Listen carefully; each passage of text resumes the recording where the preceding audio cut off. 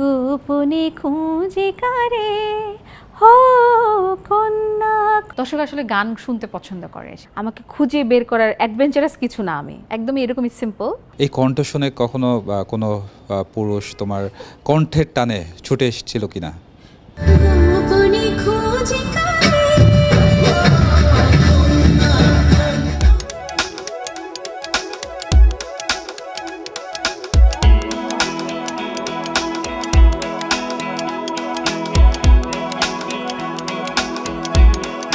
প্রতি বছর ঈদে মুক্তিপ্রাপ্ত সিনেমার বেশ কিছু গান ব্যাপক জনপ্রিয়তা লাভ করে, এবারও তার ব্যতিক্রম নয়। এবারও একটি গান ব্যাপক জনপ্রিয়তা লাভ করেছে এবং সেই গানটি নিয়ে কথা বলবো। সেই গানটির আসলে বিশেষত্ব আছে, কারণ এর শিল্পী বলেছেন গানটি শুধুমাত্র ঈদকেন্দ্রিক নয়, যে কোনো উৎসবে এই গানটি শোনার মতো। চলুন গানটি সম্পর্কে জানি শিল্পীর কাছ থেকেই। পথে পথে হাসি মেখে ফুলেরা গান ছড়ালো,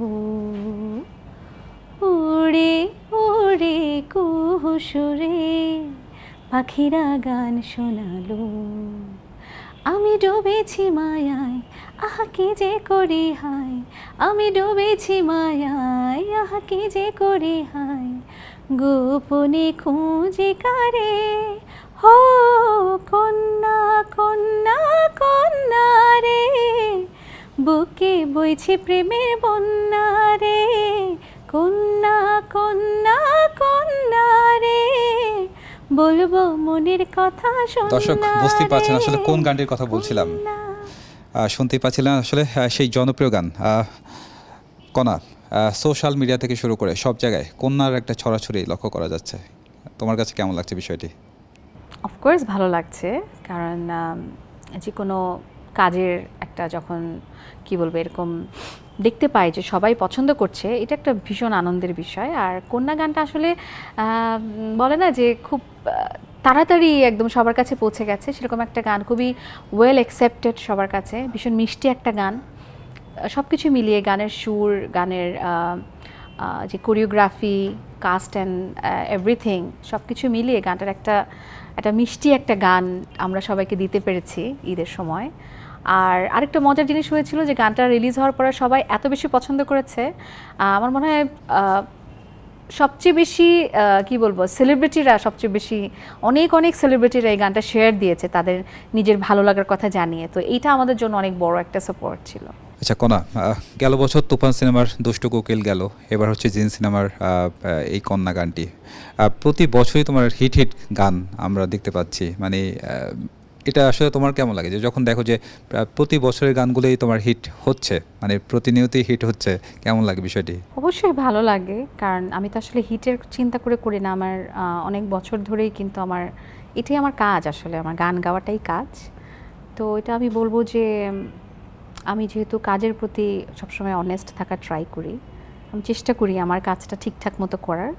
আর এটা অবশ্যই একটা লাকেরও ব্যাপার আছে, আমি অবশ্যই নিজেকে ব্লেসড মনে করি যে সব গানই তো আসলে মানে অ্যাকসেপ্টেড হয় না, বাট আমার জন্য এটা খুবই আনন্দের বিষয় যে অ্যাকসেপ্টেড হচ্ছে, সবার কাছে পছন্দ হচ্ছে গানটা, আমার ভীষণ ভালো লাগে। আচ্ছা, গেল বছরের যে দুষ্টু কোকিল গানটিও আসলে নাচার জন্য খুবই একটা উপযুক্ত গান ছিল, এবারও কন্যা গানটিও সেম।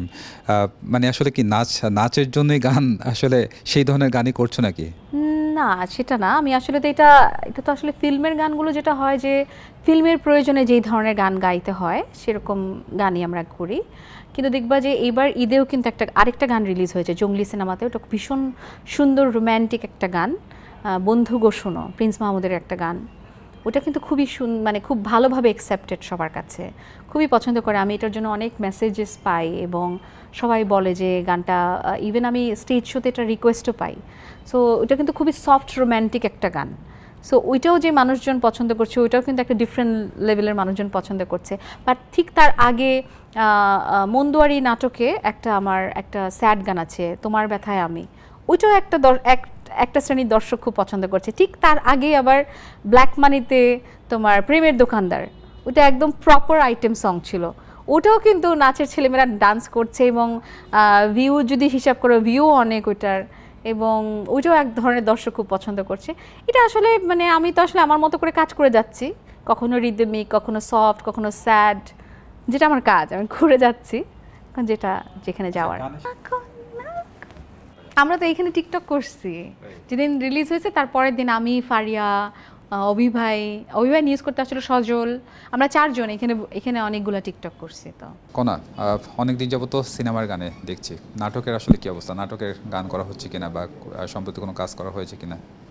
নাটকের তো বেশ ভালো কাজ হচ্ছে, মানে যে কোনো ওকেশনে অনেক গান করা হচ্ছে, স্যাড রোম্যান্টিক অথবা একটু ইদানিং কয়েকটা এবার ঈদের জন্য বেশ কয়েকটা ডান্স নাম্বারও করা হয়েছে। এবং নাটকের কিন্তু সত্যি কথা বলতে বাংলাদেশের নাটক অনেক ভালো হয়, এবং ইদানিং দেখছি গানেরও একটা আলাদা করে বাজেট রাখা হচ্ছে, গানের জন্য শুটিংয়ের জন্য আলাদা ডেট দেওয়া হচ্ছে, নায়ক নায়িকারাও বেশ কোঅপারেট করছে। সো ওইটার একটা ভালো অ্যাকসেপ্টেন্স কিন্তু আছে দর্শকদের কাছে, কারণ দর্শক আসলে গান শুনতে পছন্দ করে। সেটা গান শোনার সময় তো আসলে একটা ভালো গান হলে কেউ চিন্তা করবে না আচ্ছা এটা সিনেমার গান তাহলে এইভাবে শুনি, আর নাটকের গান ওভাবে শুনি, ওভাবে তো না। ভালো গান হলে সেটা নাটকে আসুক, অডিওতে আসুক বা সিনেমাতে আসুক, মানুষ শুনবেই। সো ওইভাবে নাটকের গানও কিন্তু বেশ ভালো। আমার বেশ অনেকগুলো গান আছে নাটকের যেগুলো অনেক জনপ্রিয়, আর অডিও তো আছেই। আর এইবার ঈদে বেশ কয়েকটা কাজ করা হয়েছে, আই থিঙ্ক আসার পরে দর্শক পছন্দ করবেন। আচ্ছা কণা, আমার খুব জানার ইচ্ছা যে তোমার আসলে প্রিয় খাবার কি? আমার ভেরি ফুডি পারসন, আমি খুবই খেতে পছন্দ করি এনিথিং, মানে আমি খুবই খেতে পছন্দ করি। আমি ভাত খাও, মানে দুবেলা কি ভাত খাওয়া হয়? দুবেলা না খেলে আমার একবেলা ভাত খেতেই হবে। আমি জানি যে আমি যদি ভাতটা অ্যাভয়েড করতে পারতাম আমি আরও একটু ফিট থাকতাম, বাট কেন জানি মানে ম্যাক্সিমাম একদিন আমি ভাত ছাড়া থাকতে পারবো, এরপরে আর ভাত ছাড়া থাকতে পারবো না। বাঙালির আসলে ভাতে মাছে বাঙালি। তুমি মাছ কতটুকু পছন্দ করো? আমি পুরা বাঙালি, মানে খাওয়া দাওয়ার ব্যাপারে আমি খুবই বাঙালি। আমি দেশের বাইরে গেলেও ধরো আমি এক্সেপশনাল, হ্যাঁ ভাত খুঁজি আমি খুবই ভেতো বাঙালি একদম, পুরো বাংলাদেশি একদম প্রপার ভাত খাওয়া বাঙালি। আচ্ছা, যদি আমরা ফাস্ট ফুডের দিকে মানে তাকাই, যে অনেকে তো ফাস্ট ফুড খুব পছন্দ করে বা চাইনিজ, তোমার মানে এগুলোর প্রতি কোনো আকর্ষণ আছে? হ্যাঁ, আমি থাই ফুড খুব পছন্দ করি, বিকজ থাই ফুড আমার খুবই প্রিয়। ওটার মধ্যেও ভাত আছে, fried rice, steam rice with curry, rice লাগবে, হ্যাঁ। আর থাই ফুড সবাই পছন্দ করে। আমি যদি থাইল্যান্ডে যাই কখনো, আমার বোন থাকে থাইল্যান্ডে, সো দেখা যায় যে আমি 1 সপ্তাহ আছি বা 10 দিন আছি, ওইখান থেকে আমি মিনিমাম 2-3 কেজি আমি বেড়ে আসবই। কারণ আমি থাইল্যান্ডে গেলে থাইল্যান্ড আর মালয়েশিয়াতে গেলে আমি কখনো ফুড কন্ট্রোল করতে পারি না, আর আমি করিও না। এটা আমাকে যারা আমার কাছের মানুষজন তারা জানে যে আমি এইভাবে যা দেখতে পাচ্ছ এইটাই আমি, মানে এর পেছনে কিছু মানে খুঁজে বের করার কিছু নাই। আমি খুবই ট্রান্সপারেন্ট, মানে আমি এরকমই। আর হচ্ছে আমার কোনো মানে আমাকে ঘেঁটে দেখার, আমাকে খুঁজে বের করার অ্যাডভেঞ্চারাস কিছু না, আমি একদমই এরকমই সিম্পল। আর খারাপ দিক কী বলবো, আমার তো আসলে আমার রাগ নাই। আমি ধরো কারোর সাথে কেউ আমার সাথে কিছু অন্যায় করলে আমি ওটার রিভেঞ্জ নিতে পারি না। আমি নিজের সাথে আমি আমার মতো থাকি। আমার কাছে মনে হয় যে আমি বিলিভ করি যে প্রকৃতির একটা হিসাব আছে, প্রকৃতি তার মতো করেই চলবে। সো আমি রিভেঞ্জ নেওয়ার কেউ না, বা আমি নিজে কষ্ট পাই, বাট আমি খুব বেশি রিয়্যাক্ট করি না। এই ব্যাপারটাই খুব বোরিং যে আমার সাথে কেউ কিছু করলে আমি ঝগড়া করব, চিৎকার করব, উল্টা পাল্টা জবাব দিব। আমি বসে থাকি, আমি চুপচাপ, আমি ঠান্ডা। আচ্ছা, তুমি হচ্ছে নীরবে হয়ে যাও, মানে তোমার দুঃখগুলো থাকলেও? হ্যাঁ, মানে আমি তো মানে আমার আসলে আমি খুবই কি বলবো, আমি সোজা পথে চলি আর কি, সোজাভাবে আমি আমার কাজ করতে থাকি, আমি আমার মতো চলতে থাকি। এখন ধরো আমি কাউকে খুব আদর করলাম, আমি পরে জানতে পারলাম যে সে আমার পিছে পিছে আমার সাথে আরেকটা মানে যেটা আমার পছন্দ না সেরকম একটা কিছু বললো, বা সে আমার মতো করে আমাকে পছন্দ করে না। তা আমি কি করব? তাকে পছন্দ করা বন্ধ করে দেবো, তাকে আদর করা বন্ধ করে দেবো? দিব না, আমি আমার মতোই থাকবো, সে তারটা করুক, আমি আমারটা করবো। আচ্ছা কনার, তোমার হচ্ছে যে কণ্ঠ তো অসাধারণ, সেটা আসলে নিঃসন্দেহে বলা যায়। এই কণ্ঠ শুনে কখনো কোনো পুরুষ তোমার কণ্ঠের টানে ছুটে এসেছিল কিনা? জানি না আমি আসলে, না, বিকজ আমি তো অনেক ছোট থেকে গান করি, তো সো ওই যে আমি একদম হঠাৎ করে কোথাও গান গাইলাম ওটা দেখে সবাই একদম পাগল হয়ে গেল, এরকম হয় নাই আসলে। তো আমি একদম ছোট থেকে আমাকে যারা চেনে বা আমার পরিচিত বা এরকম আমার আশপাশে যারা আছে তারা সবাই জানে যে ও গানই গাইতে পারে।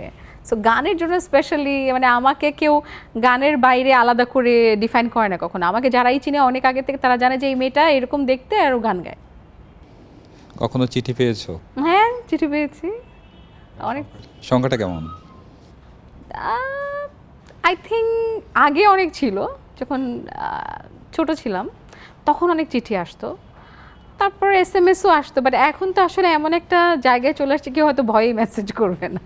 মানে তোমাকে দেখে এখন কি ভয় পায় সবাই নাকি এরকম কিছু? মানে মানে তুমি কি মনে করো? আমি আসলে জানি না আসলে, আমি তো জানি না আসলে, না আমি তো অ্যাংরি ভাব না, আমি তো সবসময় সবার সাথে মিশি এবং I am very extrovert actually. আমি এরকম অনেক দেখা যায় যে আমি সোশ্যাল মিডিয়াতে হয়তো তার কোনো কাজ দেখেছি, আমি কোনো একটা প্রোগ্রামে গেছি, তাকে আমি দেখলাম, আমি যে জিজ্ঞেস এই শোনো তোমার ওই কাজটা দেখছি আমার কিন্তু খুব ভালো লাগছে, you are doing very good, মানে আমি নিজে থেকে যে কথা বলি। সামটাইম এটা একবার একটু আমার কাছে মনে এটা আমার কাছে তো মনে হয় এটা পজিটিভ অনেক, কেউ কোনো ভালো কাজ করলে সেটা অ্যাপ্রিসিয়েট করা উচিত, বা কাউকে ভালো লাগলে সেটা অ্যাপ্রিসিয়েট করা উচিত। বা সামটাইম আমার আশপাশে আমার ফ্রেন্ডসরাই বলে যে তোমার এত এক্সট্রোভার্ট হওয়াটাই মানুষজন তোমাকে আবার একটু ভালো চোখেও দেখে না, যে হ্যাঁ দরকার কি তুমি তোমার মতো থাকো, এরকম বলে। তো আমি পারি না, তো আমার তো মনে হয় যে ভালো কাজ করছে আমি বলবো না কেন, আমার তো ভালো লাগছে। ওই যে অনেকগুলো চিঠি পেয়েছিলে ছোটবেলা থেকে, তো চিঠি পাওয়া হয়েছে, যে কোনো চিঠি কি সংগ্রহে আছে তোমার?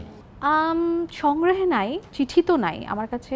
আমার মনে হয় যে অনেক দিন পর্যন্ত ছিল একটা কাগজে আমার ছবি স্কেচ করা ছিল, ওইটার সাথে একটা সুন্দর লেখা ছিল, একটা স্কেচ ছিল, ওইটা অনেক দিন ছিল। তারপর আমি একটা কোনো প্রোগ্রামে গিয়েছিলাম, ওই প্রোগ্রামে আমি হঠাৎ করে দেখলাম একটা ফটোগ্রাফার, মানে বাইরের কোনো একটা ফটোগ্রাফার, মানে আমাদের ওই প্রোগ্রামের না, সে অনেক ছবি তুলছে আমার। তার 2 দিন পরে দেখলাম আমার বাসায় ওই ছবিগুলো দিয়ে একটা ক্যালেন্ডার বানায় আমার বাসায় কেউ একজন পাঠাইছে আর কি। সো ওইটা অনেক দিন পর্যন্ত রাখা ছিল আর কি আমার কাছে, চিঠি নাই। তারপরে এখন কোথায় আমি জানি না। সেই বিশ্বপ্রেমিকের খবর জানো কোথায় আছে? হ্যাঁ জানি, মানে যে আমাকে এই ছবিটা পাঠিয়েছিল অনেক আগের কথা, সে রোড অ্যাক্সিডেন্টে মারা গেছে, আমি পরে শুনতে পেরেছি। কনা, তুমি তো ভাত খেতে পছন্দ করো, এখন তো পিৎজা চলে আসলো, এখানে মানে কি করবা? পিৎজাটা খাবো কারণ এটা আমার অনেক পছন্দের পিৎজা, এটা আমার রেস্টুরেন্টে, একটা মজার ব্যাপার আছে, এটা হচ্ছে বাটার চিকেন পিৎজা। এটা দেখো তুমি, এটার মধ্যে ধনিয়া পাতাও আছে, বুঝছো? এরকম পিৎজা পাবা তুমি কোথাও? না, আমারও পিৎজা খুব পছন্দের। খেয়ে দেখো, খুব মজা। এটা হচ্ছে আমাদের রেস্টুরেন্টের স্পেশাল পিৎজা। বাহ, আমি তোমাকে আগে দিলাম, তুমি না না তুমি খাও প্লিজ, না না প্লিজ তুমি খাও। আচ্ছা, খাওয়ার আগে যেটা আসলে আমার একটু মানে তোমার সাথে একটু ডিসকাস করার বিষয়, যে পিৎজা খেলে তো মোটা হয় বা ফাস্টফুড খেলে তো মোটা হয়, তুমি আসলে ডায়েট করো? না, কেন হয় না আমাকে ডায়েট। মেয়েদেরকে তো প্রথম দেখেছি দিন, সবসময় সেকেন্ড দিন, dieting-এ। থার্ড দিনে যে আমি হেরে যাই। সো ডায়েট আমাকে দিয়ে পসিবল না, বাট আমি যেটা করি যে খাওয়ার সময় একটু জাস্ট ভাবি যে আমি কী খাচ্ছি, এর আগে আমি কী খেয়েছি, এরপরে আমি কী খাবো। যদি দেখো এখন ধরো পিৎজাটা আমার খেতে ইচ্ছা করছে, অবশ্যই এটার মধ্যে চিজ আছে, গ্লুটেন আছে, সো আমার এটা খেতে ইচ্ছা করছে, তো আমি আমার মনকে কষ্ট দিতে পারবো না। সো আমি এটা খাবো, কিন্তু আমি একটু জাস্ট চিন্তা করবো এর আগে আমি কী খেয়েছি বা এরপরে আমার তাহলে কী খাইতে হবে। সো ওইটা আমি একটু ভাববো, আর একটু ট্রাই করে এক্সারসাইজ করার জন্য, দ্যাটস ইট। পিৎজার স্মেলে আমি থাকতে পারছি না, দর্শকদের উদ্দেশ্যে কিছু বলে নাও, তারপর হচ্ছে আমরা পিৎজাটা খাবো। দর্শক, যদি খাবার দাওয়ার ব্যাপার আসে, মনকে কষ্ট দিয়ে ডায়েট করার কোনো দরকার নাই, এটা আমার কথা। খেতে ইচ্ছা করলে খেয়ে ফেলা উচিত, পরে আপনি একটু ওয়ার্কআউট করে নিয়েন।